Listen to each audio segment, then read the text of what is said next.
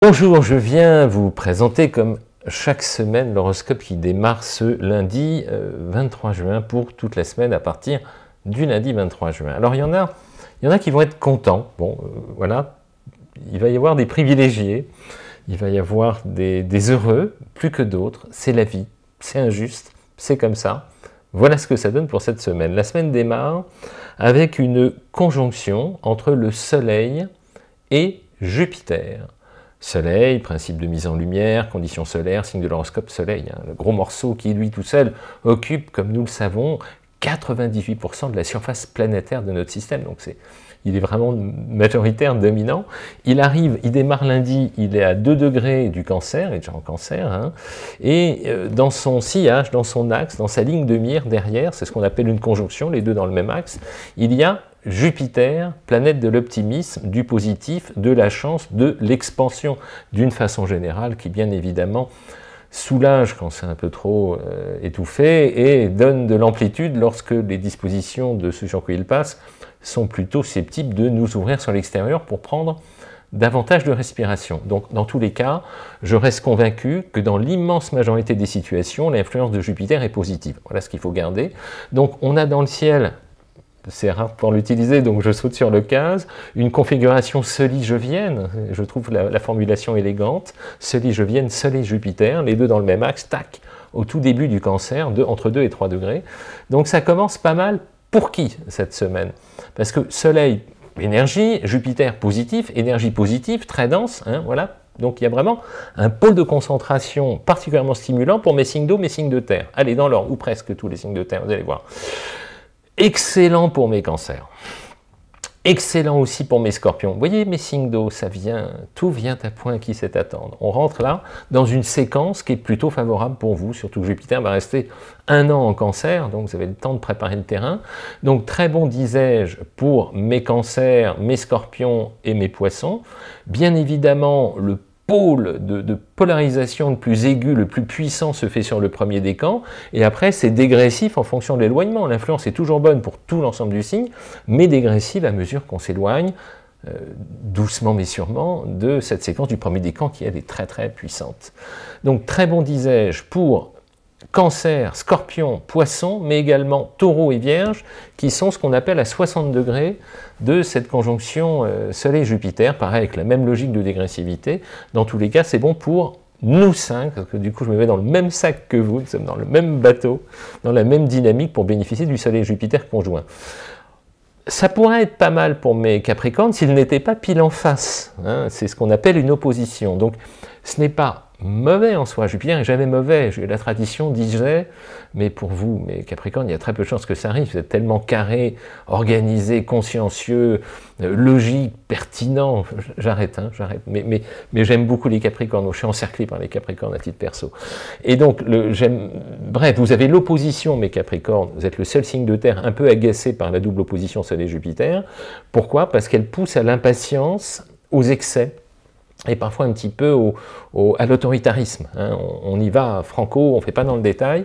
Donc si vous mesurez cette tendance à être dans l'impatience et le frontal, normalement cette configuration, elle ne vous fait pas trop de dégâts. Hein. Vous n'êtes pas ni des dépensiers, ni des farfelus, donc l'influence d'une planète comme ça, elle est assez amoindrie vous concernant. Ça joue sur l'irritabilité, de la friction, de l'impatience, des notions comme ça, basta.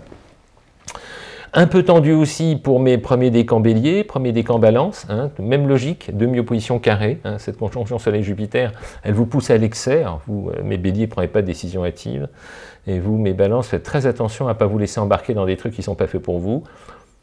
Point.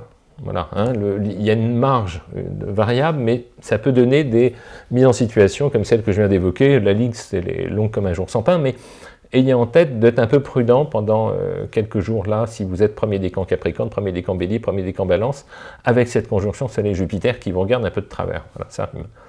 J'aime bien, moi, quand ça rime. Allez, voilà ce que je voulais vous raconter. En plus, il y a une nouvelle lune qui en remet une couche mercredi, à 4 degrés du Cancer, comme quoi c'est pas loin, c'est 2 jours plus tard, après lundi, bien évidemment, la bonne blague, à 10h33 en temps sidéral, midi et demi, en gros. Nouvelle lune, donc pareil, en Cancer, donc bis repetita, c'est exactement la même chose que ce que je viens de dire avant. avant, sauf que là, ça joue plus sur les humeurs, parce que c'est pas Jupiter, mais c'est la Lune qui est conjoint au Soleil. Donc ça met plus en exergue les émotions, les ressentis, l'influence, le feeling.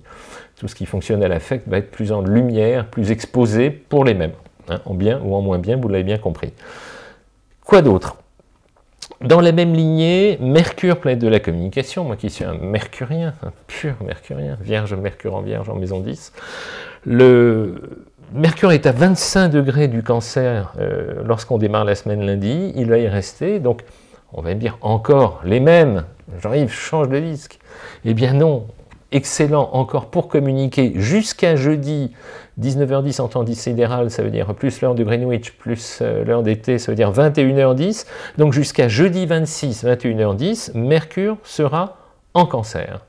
Lorsqu'il est en Cancer, Mercure veut, encore d'une fois, du bien pour communiquer, négocier, s'adapter à mes cancers, mes scorpions, mes poissons, mes taureaux et mes vierges, et nécessite d'être un peu prudent en matière de verbes et d'organisation pour mes béliers, là pour le coup un peu plus troisième décan, mes capricornes et mes balances. Attention à ce qu'on dit, à ce qu'on entend. Il faut parfois reformuler, je vous l'ai fait 10 fois, vous connaissez la formule, plutôt que de se friter, d'entrer dans une situation de tension, on dit attends, est-ce que c'est bien ça que tu as voulu me dire?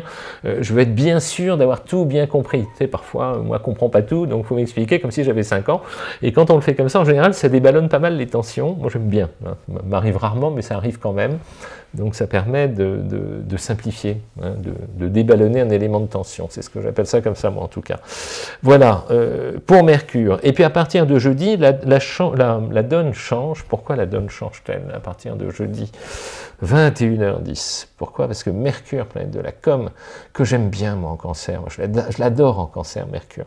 Il a une mémoire d'éléphant, il est d'une délicatesse au niveau de l'expression tout à fait délicieuse. Il faut être bien à l'écoute de ce qu'il vous dit, parce qu'il fonctionne beaucoup en demi-teinte, comme il n'aime pas blesser, il dit les choses avec douceur, en général. Il y a toujours des cas, c'est comme les poissons volants, ça existe, mais c'est pas la majorité du genre. Parfois j'ai des commentaires de ceux qui me disent, mais non, moi il a Mercure comme ça, mais le mien, il hurle matin, midi et soir. Pas de bol, vous n'avez pas de bol, point. Voilà. Mais pour l'immense majorité des cas, Mercure Cancer est un délicat. Voilà, ça rime, encore une fois, j'aime bien. Donc très fin pour l'expression, le ressenti, l'intelligence intuitive et émotionnelle. Très bon. Et à partir de jeudi 21h, disais-je, 21h10 de mémoire, il passe en Lion. Et quand il passe en Lion, à partir de jeudi, il va favoriser mes signes de feu pour communiquer. Vous rentrez mes signes de feu dans une phase où le verbe va être plus fluide, le charisme oratoire va être plus présent, votre disposition à aller droit au but et avoir un esprit clair et convaincant sera accentuée, donc très bon pour communiquer à partir de jeudi soir pour mes béliers, mes lions, mes sagittaires, et les deux signes en amont en aval, qui sont mes gémeaux et mes balances. Vous 5, si on a des trucs à dire, on attend jeudi soir. Voilà, je dis ça, je dis rien, comme on dit. Prenez-le, utilisez-le comme vous pourrez au mieux, mais l'idée c'est ça. En revanche, à partir de jeudi soir, comme Mercure va rentrer en Lion, quand il va rentrer en Lion, qu'est-ce qu'il va faire Mercure? Il va former une opposition avec qui? Une opposition avec Pluton. Dis donc, qu'est-ce qui se passe là, jeudi soir, jusqu'à vendredi, on va dire inclus. Cette opposition entre Mercure, début Lion, et Pluton, Mercure, la communication, Pluton, les angoisses profondes, on va fouiller des choses, on peut être maladroit oralement, qui doit être super vigilant, j'allais dire jeudi soir et vendredi, en matière de com, tous ceux qui sont dans l'axe premier décan Lion, premier décan Verseau, et puis surtout, premier décan Taureau, premier décan Scorpion.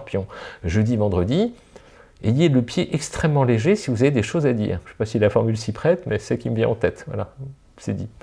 Donc voilà, c'est tout. Hein. Sinon, pour le reste, c'est pas mal. J'ai toujours Vénus, il en faut pour mes signes de terre. Encore un petit coup, mes signes de terre. Allez, ça fait pas de mal. Il y a deux planètes en signe de terre qui sont chères à mes yeux. C'est Vénus, planète de l'amour, qui est en Taureau à 18 degrés quand elle démarre la semaine.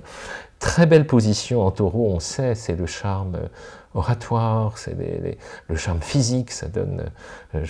ça fait souvent sourire ceux qui en ont une Vénus Taureau à la naissance lorsque je dis ça, mais statistiquement, ceux qui sont nés avec Vénus en Taureau, statistiquement, hein, toujours pareil, hein, ils sont physiquement plus beaux que les autres. C'est redoutable.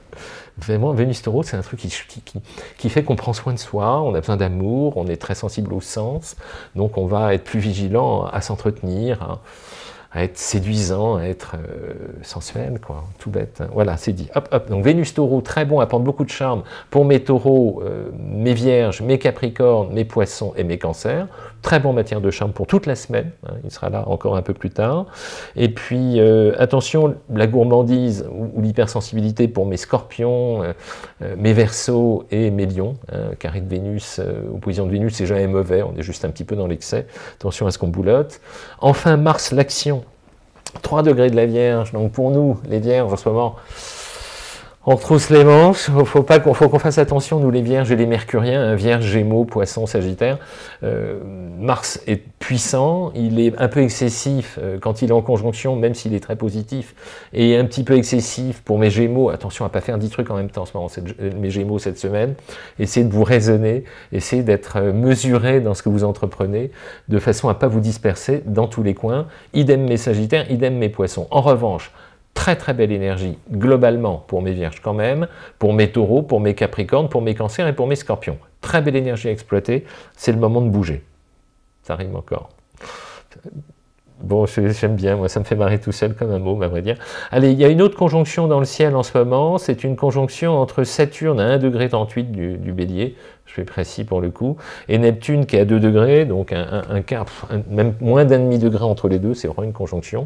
Saturne, la sagesse, la rigueur, en Bélier, on freine les élans. Neptune, l'inspiration, l'expansion, on peut partir dans tous les sens, donc il faut essayer de canaliser.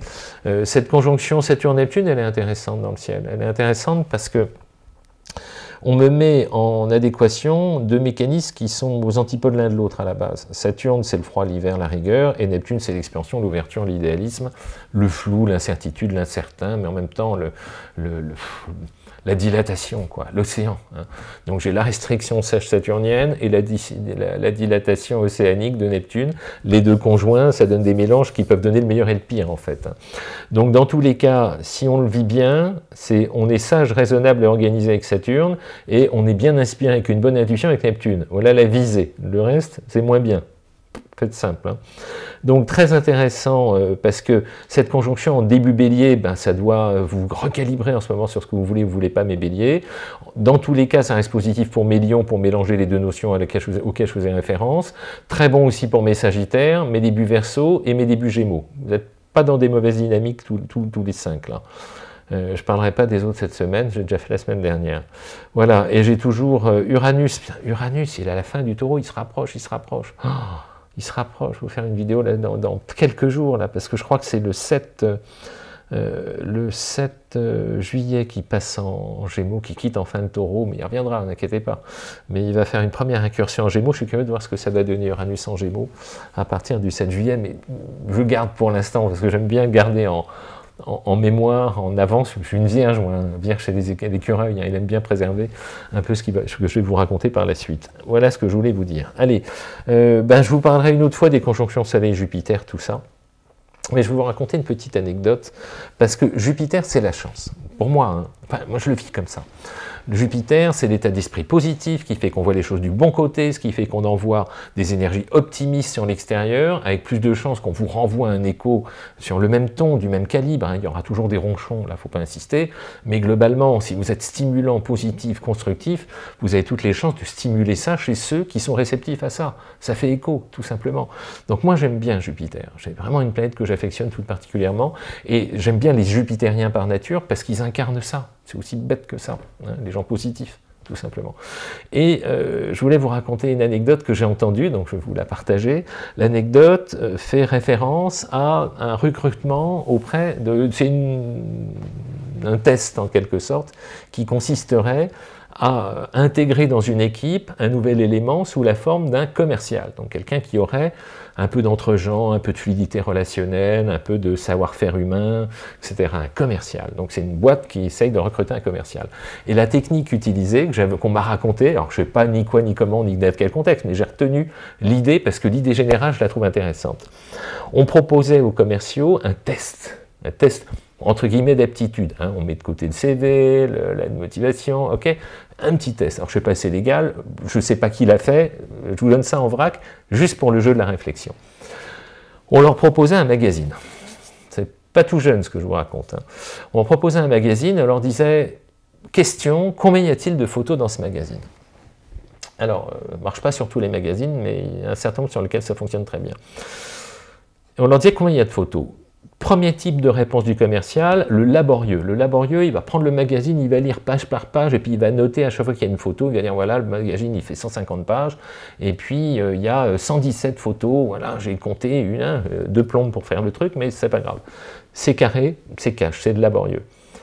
Ensuite, le deuxième type de réponse, c'était bon, voilà, le journal il fait 150 pages, allez, code mal taillé, une page, allez, il y a 95 photos, au pif, parce que code mal taillé, code 2, 3, au feeling ça donne ça, emballez, c'est pesé, démerdez-vous.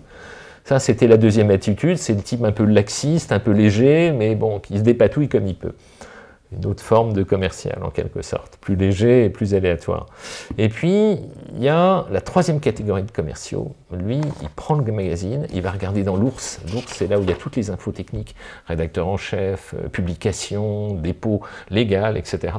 Et fréquemment, pas toujours, mais fréquemment, il y a, dans ce magazine, a été édité 119 photos. Le type qui était capable d'aller me chercher l'info sans y passer 3 heures et sans faire un truc aléatoire, eh bien, il faut être simple, hein, c'est lui le plus intelligent. Donc, il y a de fortes chances que ce soit celui-là qu'on recrute. Voilà ce que je voulais vous raconter aujourd'hui sur la chance. Et puis, pas que la chance, mais la chance, c'est un état d'esprit. Et là, j'aurais tendance à dire, c'est un mélange de Mercure et de Jupiter. À la fois de l'intelligence d'adaptation, en même temps de l'optimisation du talent. À réfléchir. Et enfin, je voudrais terminer par des citations tout à fait délicieuses que vous me faites parvenir, parce que j'aime bien, et puis vous aussi, donc ça tombe bien, vous allez me dire. Alors, première citation, elle me vient de Lorleï,